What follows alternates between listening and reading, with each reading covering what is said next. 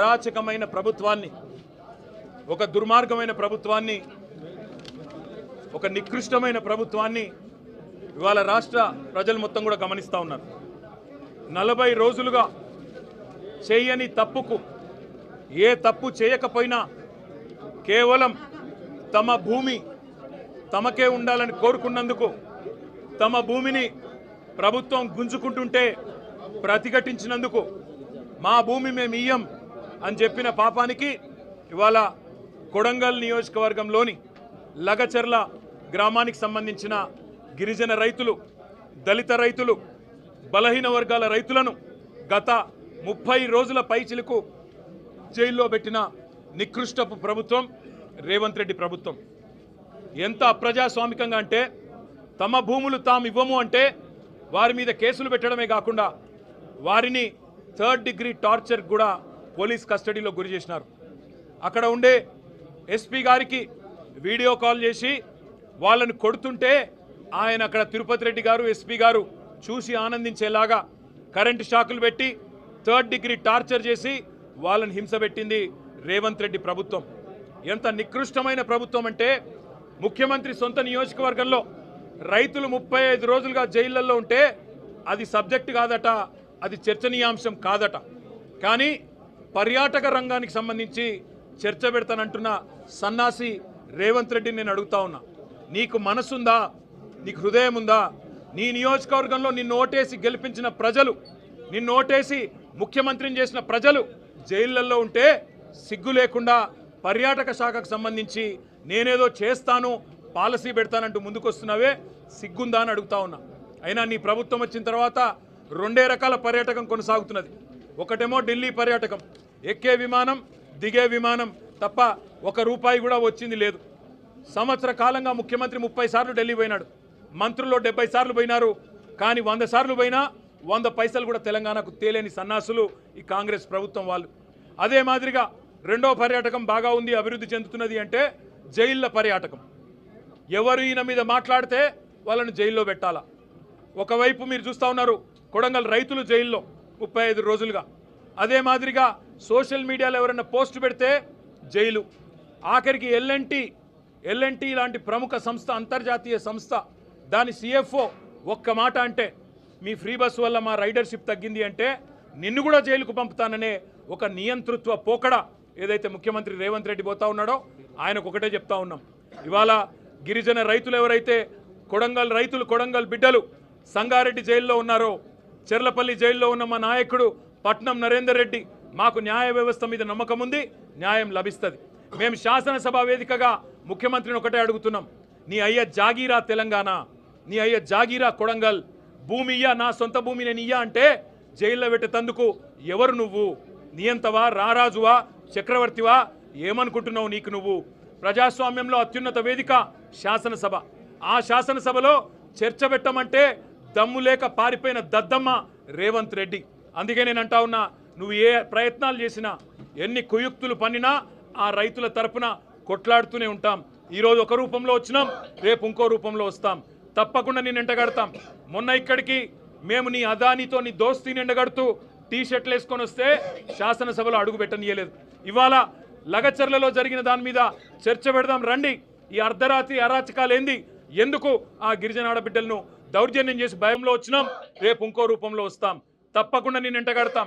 మొన్న ఇక్కడికి మేము నీ అదానితో నీ దోస్తీని ఎండగడుతూ టీ-షర్ట్లు వేసుకొని వస్తే శాసనసభలో అడుగు పెట్టనీయలేదు.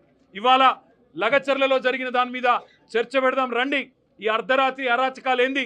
ఎందుకు ఆ గిరిజన ఆడబిడ్డలను దౌర్జన్యం చేసి భయపెట్టే ప్రయత్నం చేస్తున్నావు? మగవాళ్ళను జైలుకు పంపినావు, ఆడబిడ్డలనేమో ఇంటింటికి పోయి హింసిస్తున్నావు, బెదిరిస్తున్నావు అని అడిగితే సమాధానం చెప్పే సత్తాలేని సన్నాసి ప్రభుత్వం ఇవాళ అసెంబ్లీని వాయిదా వేసుకొని పారిపోయే ప్రయత్నం చేసింది. మేము మీ ద్వారా, గౌరవ మీడియా మిత్రుల ద్వారా కూడా రాష్ట్ర ప్రజానికానికి, ముఖ్యంగా కొడంగల్ ప్రజలకి మేము ఒకటే చెప్పదలుచుకున్నాం, మీ తరపున మేమున్నాం, మీ తరపున కేసీఆర్ గారు ఉన్నారు. ఎన్ని రకాల క్షోభ పెట్టే ప్రయత్నం రేవంత్ రెడ్డి ప్రభుత్వం చేసినా తప్పకుండా మీకు అండగా నిలబడతాం. ఇవాళ కేవలం జైళ్లలో పెట్టడమే కాదు, అరాచకం చేస్తూ ఉన్నారు.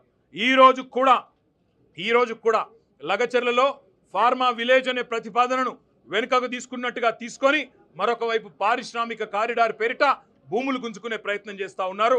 అక్కడ ఉండే కుటుంబ సభ్యులను, రైతుల కుటుంబ సభ్యులను బెదిరించే ప్రయత్నం చేస్తూ ఉన్నారు.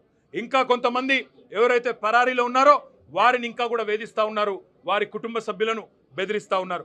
ఈ రాష్ట్రంలో జరుగుతున్నది ఒక ప్రజాస్వామ్య ప్రభుత్వమా లేక ఒక నియంత ప్రభుత్వమా, ఒక అరాచక ప్రభుత్వమా అనేది మేము అడుగుతా ఉన్నాం. శాసనసభ వేదికగా తప్పకుండా ఈ ప్రభుత్వాన్ని నిలదీస్తాం. నిజాలు బయటికి వచ్చేంత వరకు ఈ లగచర్ల ఎందుకు జరిగింది, అసలు అనుముల తిరుపతి రెడ్డి కనుసన్నల్లో అక్కడ పోలీసులు ఎందుకు నడుస్తున్నారు, అనుముల తిరుపతి రెడ్డి కనుసన్నల్లో అక్కడ అధికారులు ఎందుకు పనిచేస్తున్నారు, ఒక రాజ్యాంగేతర శక్తిగా రేవంత్ రెడ్డి అన్న అనుముల తిరుపతి రెడ్డి అక్కడ ఎట్లా ఊరేగుతున్నాడు 200 మంది పోలీసులను పెట్టుకునే విషయాన్ని రాష్ట్ర ప్రజల దృష్టికి తప్పకుండా తీసుకొస్తాం. కొడంగల్ రైతన్నలకు, కొడంగల్ గిరిజన బిడ్డలకు మేము ఒకటే విజ్ఞప్తి చేస్తా ఉన్నాం. న్యాయస్థానం మీద తప్పకుండా మనందరికీ విశ్వాసం ఉంది, న్యాయం లభిస్తుంది. ఇప్పటికే మీరు 35 రోజులు శిక్ష అనుభవించినారు, మీకు తప్పకుండా న్యాయం లభిస్తుంది, మీరు భయపడవద్దు. కేవలం కొడంగల్ ఒకటే కాదు, ఇవాళ మా జహీరాబాద్ ఎమ్మెల్యే మాణిక్రావు గారు చెప్తా ఉన్నారు, అక్కడ న్యాల్కల్లో కూడా గొడవ జరుగుతూ ఉంది. అక్కడ కూడా రైతులు మేము భూములు ఇవ్వమంటున్నారు, కానీ అక్కడ కూడా బలవంతంగా గుంజుకునే ప్రయత్నం జరుగుతూ ఉంది. అసలు ఈ పరిస్థితి ఎందుకు వచ్చింది ప్రభుత్వం ఆలోచన చేసుకోవాలా. 14,000 ఎకరాలు గత ప్రభుత్వం సేకరించి పెడితే దాన్ని రద్దు చేసి తిరిగి రైతులకు ఇస్తామని చెప్పింది మీరు. ఫార్మాసిటీ వద్దని చెప్పింది మీరు. ఫార్మాసిటీ రద్దు చేస్తున్నాం, రైతులకు భూములు ఇస్తాం అని ఆనాడు కందుకూరులో, యాచారంలో తిరిగి చెప్పింది మీరు. ఇవాళ ఇటు హైకోర్టును మోసం చేస్తున్నారు, అటు రైతులను మోసం చేస్తున్నారు, జైళ్లలో పెట్టి వారి కుటుంబ సభ్యులను బెదిరించే అప్రజాస్వామిక పనులు చేస్తూ ఉన్నారు. తప్పకుండా మీ భరతం రాష్ట్ర ప్రజలు పడతారు, ముఖ్యంగా రాష్ట్ర రైతులు పడతారు. అప్పటిదాకా తప్పకుండా మీ తరఫున బీఆర్ఎస్ పార్టీ పోరాడుతూనే ఉంటుంది.